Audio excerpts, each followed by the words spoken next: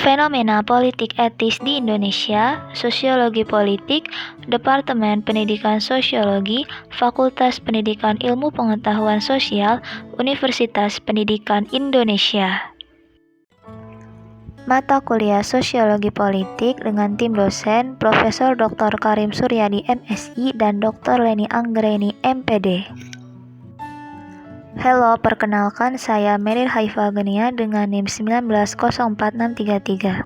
Pertama-tama saya akan menjelaskan pengertian dari politik etis. Politik etis atau politik balas budi adalah pemikiran progresif bahwa pemerintah Belanda mempunyai kewajiban moral menyejahterakan penduduk Hindia Belanda dan sebagai hutang budi sebab telah memberikan kemakmuran bagi masyarakat dan kerajaan Belanda.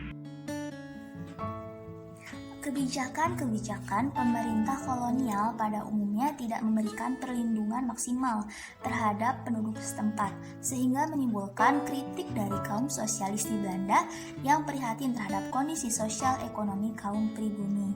Kritikan tentang kebijakan pemerintah yang menyengsarakan pribumi disampaikan secara resmi pada 1891 dalam sidang parlemen Belanda oleh Mr. W.K. Baron van der Dam.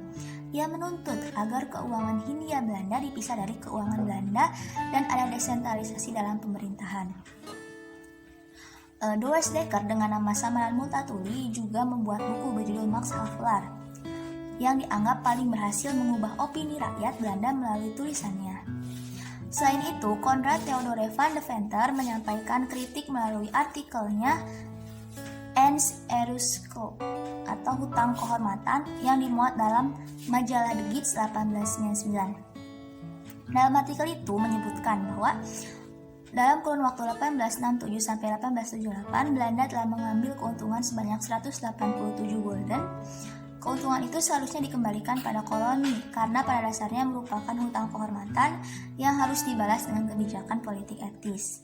Sehingga pada tahun 1901 sampai 1942, kebijakan-kebijakan oleh pemerintah kolonial Belanda di Indonesia berdasarkan pada kebijakan politik etis yang telah ditetapkan Ratu Belanda sejak 17 September 1901 melalui pidatonya di Staten General. Adapun 3 aspek utama politik etis, yaitu pertama, irigasi.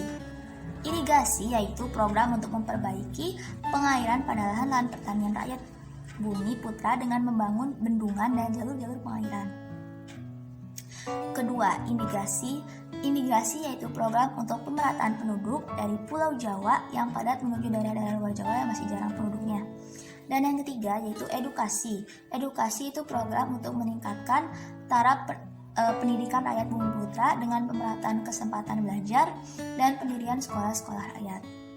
Kebijakan pertama dan kedua disalahgunakan oleh pemerintah Belanda dengan membangun irigasi bukan untuk mengairi lahan persawahan milik rakyat, melainkan untuk perkebunan Belanda sendiri.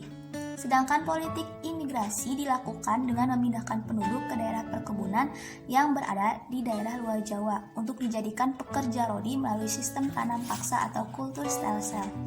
Hanya program pendidikan yang memiliki manfaat penting bagi rakyat Bumi Putra. Kendati pun dalam pelaksanaannya, politik pendidikan ini dibarengi dengan sejumlah kebijakan non-populis yang menimbulkan reaksi keras dari kalangan pendidikan Islam. Kesimpulannya, politik etis pada prinsipnya hanya slogan indah untuk menutupi metode eksploitasi modal raksasa kolonial Belanda atau Eropa di Indonesia. Perorangan dari tokoh politik etis tersebut sudah bersikap etis terhadap rakyat pribumi.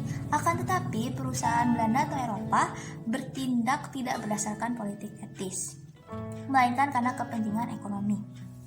Terlihat dari para pemilik modal yang mendukung adanya politik etis hanya untuk menghasilkan tenaga kerja atau pegawai yang mudah didapatkan dengan upah rendah dan supaya menjamin keuntungan maksimal bagi para pemilik modal Belanda.